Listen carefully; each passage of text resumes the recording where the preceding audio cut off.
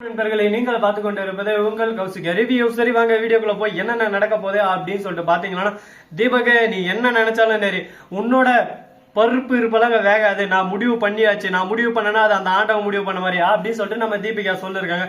என்ன தீபிகா, அந்த நேரத்துல நான் உன்னை காதலிச்சு தீபக்னு நினைச்சுக்கிறியா? உன்னால மறந்து திருந்தி புரிஞ்சு வேற மாதிரி வந்துக்கிற தீபக், உன்னால ஏமாத்தவும் முடியாது, என்னால உங்ககிட்ட ஜெயிக்கவும் முடியாது. இதுக்கு மேல என்னோட வெற்றி மட்டும்தான். அது மட்டும் இல்லாம நீ குற்றவாளியில தேடி தேடி ஒரு பக்கம் போயின்னு இருக்குன்னு சொல்லிட்டு நான் கேள்விப்பட்டேன். ஆனா குற்றவாளி என்றவங்க நிரபராதியாங்கிறாங்க என் கண்ணுக்கு. ஏன்னா நீ தேடுற எல்லாருமே உன் பகைக்கு பகடக்காயாக போறவங்க. ஆனா அது எனக்கு தெரிஞ்சு புரிஞ்சு அவங்கள காப்பாத்துறதுக்கோசம் தான் நான் வந்திருக்கேன். அதை ஃபர்ஸ்ட் தெரிஞ்சுக்கோ. தோ பார் தீபக், இதுக்கு முன்னாடி இதெல்லாம் தான் நம்ம ரெண்டு பேருக்குள்ள வாக்குவாதம், ரெண்டு பேரும் புரிஞ்சோம். திரும்ப தேவையில்லாம ஒரு பக்கம் பிரச்சனை இழுக்காத. நான் முன்ன மாதிரி இல்லப்பா, மோசமானவ அப்படின்னு சொல்ல நீ முன்னவே மோசமா தான் இருப்பேன். இப்ப மட்டும் நான் திருந்திக்க போறேன், அதை பத்தி எனக்கு கவலையே இல்லை. அதை பத்தி நான் இனிமே கவலைப்படவும் போறதில்ல. மல்லி விஜய் இவங்க என்னோட கிளைண்ட், இவங்களை காப்பாத்துறது, இவங்களை சேஃப்டியான ஒரு இதுல வச்சுக்கின்றது என்னோட கடமை. நீ என்ன வேணாலும் பண்ணிக்க, என்ன ஆதாரத்தை வேணாலும் தேடிக்க, அதை பத்தி எனக்கு கவலை இல்லை. ஆனா அவங்க ரெண்டு பேரும் நிரபராதி அப்படின்னு சொல்லிட்டு நான் நிரூபிக்கேன்.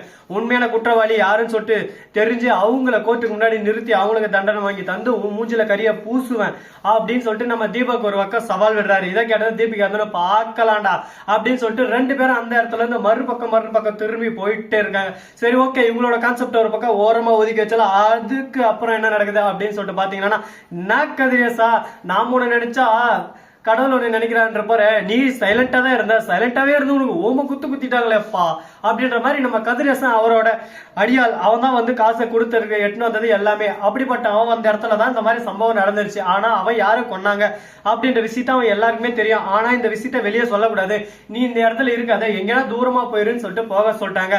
ஆனா அந்த இடத்துல சிசிடிவி கேமரா மூலமா நம்ம மல்லி இதை எப்படி ஒரு வழியை கண்டுபிடிச்சிட்டாங்க. அடாடா மல்லி கிளாப் வேற மாதிரி மல்லி, நீங்க உங்களை மாதிரி ஒரு வேற மாதிரி திறமையான ஒரு ஆள் போலீஸ்ல இருந்தா வேற மாதிரி இருந்துக்கும். ஆனா அந்த கேடு கெட்ட தீபிகா மாதிரி ஆளுங்கெல்லாம் உள்ள போட்டு தேவையில்லாம தன்னோட சொந்த பிரச்சனைக்காக அப்பாவிங்களை எல்லாரும் ஒரு பக்கம் ஜெயில போட்டு சித்திராது பண்றாங்க. இந்த மாதிரி ஒரு கேவலவாதி இருக்க, இந்த மாதிரி கேவலவாதி எல்லாமே இருக்கலாம் அப்படின்னு சொல்லிட்டு சொல்றாங்க. இது ஒரு பக்கம் நல்ல விஷயமா நல்ல ஒரு பார்ட்டா தான் போயிட்டு இருக்கு.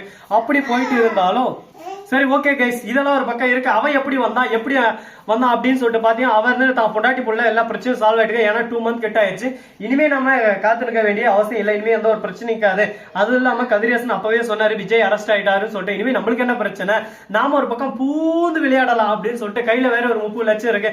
ஏன்னா அந்த காசு பணம் எதுவுமே ஒரு பக்கம் சுடர்கிட்ட சென்றடையில. அதுக்கு முன்னாடி இவரே தூக்கிட்டு இவர் இருந்து ஒரு பக்கம் இந்த மாதிரி சுடரோட கையால் எங்கிட்ட வாங்கிட்டு சுடரை கொலை பண்ணிட்டாருன்னு சொல்லிட்டு சொல்ல, சரி விட 50 லட்சம் எந்தனா போயிட்டு போகுது. இனிமே அந்த பிரச்சனை நாம சிக்க கூடாது. அதுக்கப்புறம் எங்க இருந்து வச்சு எதுல இருந்து வச்சு இப்ப வேற ஒரு பக்கம் இது வேற போயிடு, எலெக்ஷன் வேற போயிட்டு இந்த சமயத்துல அந்த பணம் என்கிட்ட இருந்து எப்படி வெளியே போச்சு, எனக்கு எப்படி வச்சு அப்படின்னு சொல்லிட்டு நோண்டி நுங்க எடுத்தாங்கன்னா அது கருப்பு பணம்ன்றது தெரிய வந்துடும். அதுக்கப்புறம் என்னால ஒண்ணுமே பண்ண முடியாது.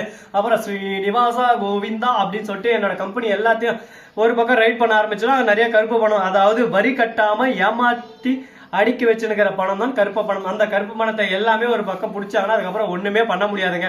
சரி ஓகே, இப்ப என்னதான் பண்றது, இதுக்கு வேற வழி இல்லையா, இதுக்கு வேற ஆப்ஷன் இல்லையா அப்படின்னு சொல்லிட்டு பாத்தீங்கன்னா, அவன் இப்ப மாட்டியாச்சு. அவனை போட்டு அடின்னு அடிக்க ஆரம்பிச்சாங்க. அவர்னு ஒரு பக்கம் உண்மையை சொல்லு கேட்க அவன் ஒரு பக்கம் நான் சொல்றேன் உண்மையாலாம் சொல்லிட்டாப்ல.